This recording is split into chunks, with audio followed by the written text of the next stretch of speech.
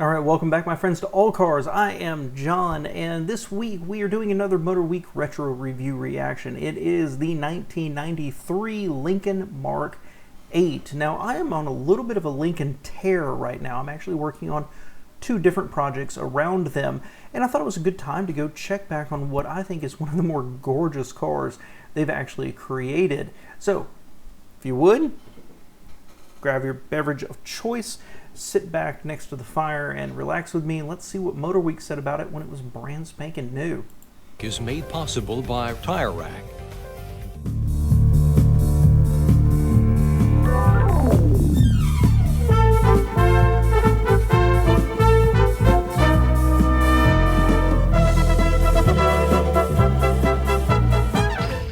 When Japanese automakers first hit the luxury car market, it seemed that the real losers weren't the German cars that the Japanese were aiming at. They were the American luxury machines like Lincoln and Cadillac. Their aging designs meant that they couldn't fall back on reputation like the Europeans could. So they reacted the way Americans always do when backed up against a wall. They fought back. The latest member of America's resurgent luxury class is this '93 Lincoln Mark VIII. It has the most radical styling that this conservative brand has ever seen. But there's still a real luxury car underneath. And great point. You know, Lincoln, they really had trouble, much like Cadillac did, with straddling the 80s and changing tastes in the demographics, right? You had the traditional buyers, typically older, who wanted body on frame, large, soft riding, you know, the town car. And then you had these young, upwardly mobile professionals with disposable income that really gravitated towards BMWs and Mercedes and Acura, and then later, of course, Lexus and Infiniti. And Lincoln really had trouble dealing with that and figuring out where they wanted to be, where they wanted to fall. And they came out with this, and it's absolutely gorgeous and should have heralded a new moment for Lincoln, but mismanagement and under investment in the brand kind of squandered that for a while. But a gorgeous car. Let's see what they say about it. It was 1939 when the first Lincoln Continental, or Mark I, was introduced. Commissioned by Edsel Ford, the Lincoln Zephyr base convertible was a smash hit with the opulent Palm Beach set. Since then, the Mark line has been associated with luxury, wealth, and prestige. Many technical advances, such as the first automatic overdrive transmission made in America, could be found on Mark cars. More than a half century later, Lincoln introduces the latest in the line, the elegant Mark VIII. No longer associated with the Continental badge, this new luxury coupe stands alone. Based on a highly modified Thunderbird platform, the Mark VIII's contemporary lines look like anything but a Lincoln. But there are still some very traditional styling cues. Before they move on, hopefully to show the rear here, based on the Thunderbird, and if you... I want to be critical of this car because if you think about the Acuras or the Lexuses, right, the Mercedes and the BMWs and to a lesser extent the Audis that were out there, this is just large, right? It's just large and heavy, and it's based on an old platform.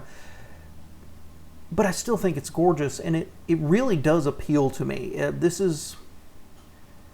You know, I'm an American and I like American cars, and this just kind of appeals to me. But it does look like a ridiculously large car. I mean, look at the size of the hood, right? You could put a smart car on that.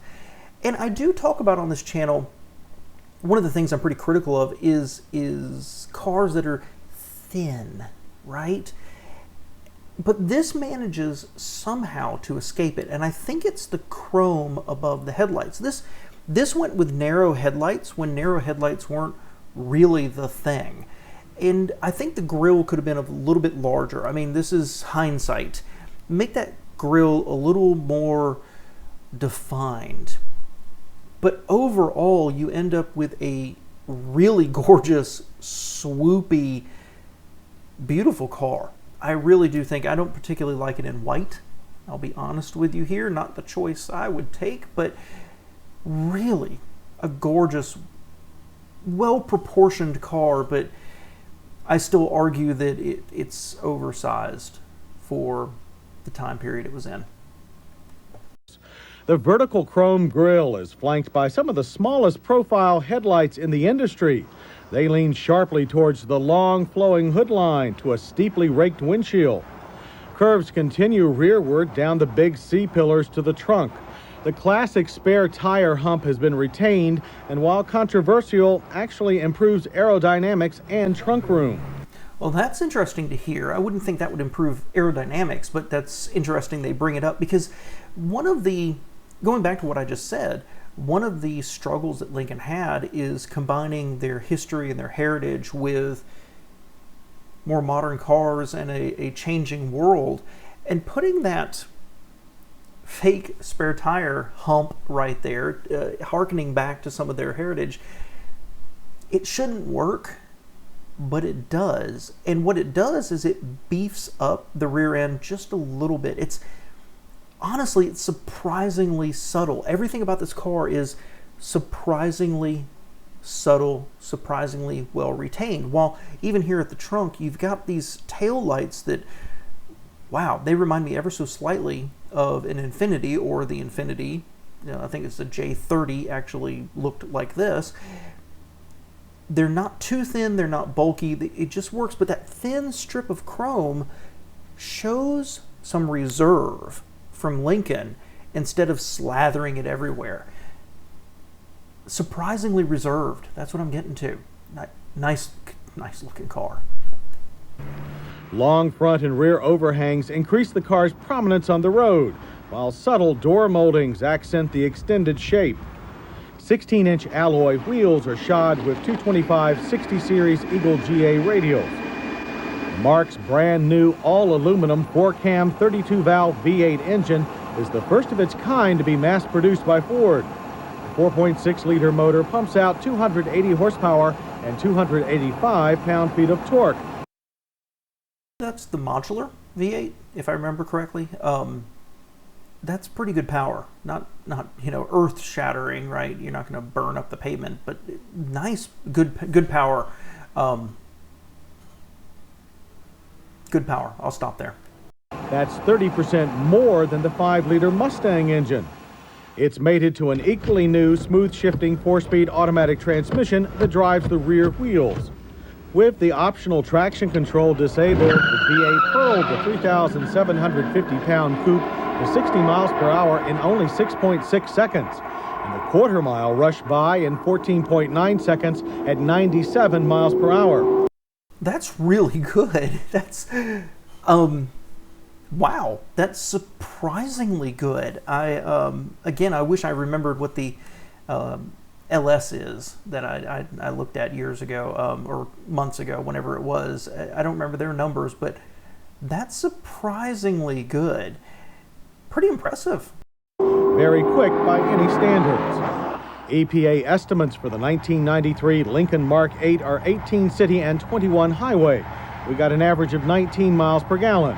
Not bad for a powerful V8. Mark VIII's redesigned electronic air suspension system controls each wheel independently for superb handling. Ford's variable power steering system gives good feedback, but was too light to the touch. Understeer was mild. Big Coupe felt confident at all times. Body roll was minimal. 11.5-inch disc brakes in the front and 10-inch disc in the rear stopped the Mark VIII from 60 miles per hour in an average distance of only 109 feet. The 4-channel anti-lock system pulled slightly, but pedal feel was good. Despite the sophisticated suspension setup, however, there was still quite a bit of nosedive. Really, really impressive. I'm not a big fan of air suspension. I mean, you just very seldom hear air suspension not followed by broken. You know what I mean? But it looked good through the slalom. It stopped incredible. That's fantastic. 109 feet from 60. That's fantastic. Sure, it nosedive. Whatever. Great acceleration, strong engine. I mean, the gas mileage is not great. Let's face it, but really impressive numbers. And what you hear here, what I heard anyway, if you kind of read between the lines, is something I've talked about on this channel, that the American manufacturers had engineering, they had talent, they had the ability to build really, really good stuff. But as I've said about GM, they couldn't do it all right all at the same time. And here you go. You've got a great engine, fine transmission, good acceleration, good braking, anti-lock braking system, air suspension. It all comes together in this really cool car. I'm kind of impressed. I'm kind of impressed. Not only are the Mark VIII's numbers impressive, but so is the sculptured cockpit-like interior. The only big improvement we'd make is a bit of wood for warmth. However, the wraparound show car dash puts all controls within easy view and reach of the driver. Driver and passenger side airbags are standard. The power front bucket seats are quite comfortable, but some of our staff would prefer more side bolstering. The driver's seat also has a 2-position memory. Gauges are white on black and staggered to match the dash's curve. The gauges are accompanied by a digital display that incorporates fuel information, a systems check, and a compass. A voice-activated cellular telephone is one of the few options available. The 8-speaker JBL stereo upgrade offers great sound, but is cluttered by more than 20 switches. Our test model was equipped with an optional trunk-mounted CD changer. The CFC-free climate control system did a fine job of keeping the cockpit at a comfortable temperature. Few buttons here make it simple to use. There is room for 3 in the... Before they move on, I have really mixed feelings about the interior. First off, Ford could have hired an ergonomic person, honestly. The radio and the HVAC, again, hindsight being 2020, right? That's a little bit of a mess, just a lot of buttons. And they could have done better. They could have simplified it, honestly. In a lot of ways, I think what GM was doing was better at the time. But when you kind of look back at the dash, the different colors and the sculpting and that little shelf right there above the radio, that's all pretty impressive while still keeping the gauges nice and clear. Not being able to sit in one of these and then go to a Lexus LS. And I know it's a different class of car. I get that. Don't flame me for that. But not being able to sit in one and sit in the other and compare and touch and feel the plastics themselves, the quality of the materials. This is a much better looking interior overall than the Lexus. The fact that it's actually styled is super, super impressive. If they just cleaned up the ergonomics, I think, on those HVAC and the radio, this could have been really, really special. It looks a little cut up to me. It looks like a lot of pieces that could go rattle. And there's one thing about it I absolutely can't stand, and that is why is the transmission lever sunk down into that center console? It's got to be that deep into the center console. That is just asking for dust and crumbs and hair and everything else to fall down in there. That's a bad decision. I don't like that at all. I think it's pretty gross. But overall, the look of the dash looks special. And I agree with him. I would have liked maybe some wood or something to brighten it, added some warmth. But in terms of style, tell me something from Japan that looked that good. I don't think it exists. The back seat, but we think 2 is plenty. The front passenger seat features an auto glide system that automatically moves it in and out of position for better rear seat access. And a deceptively shallow looking trunk actually holds 14.4 cubic feet of cargo.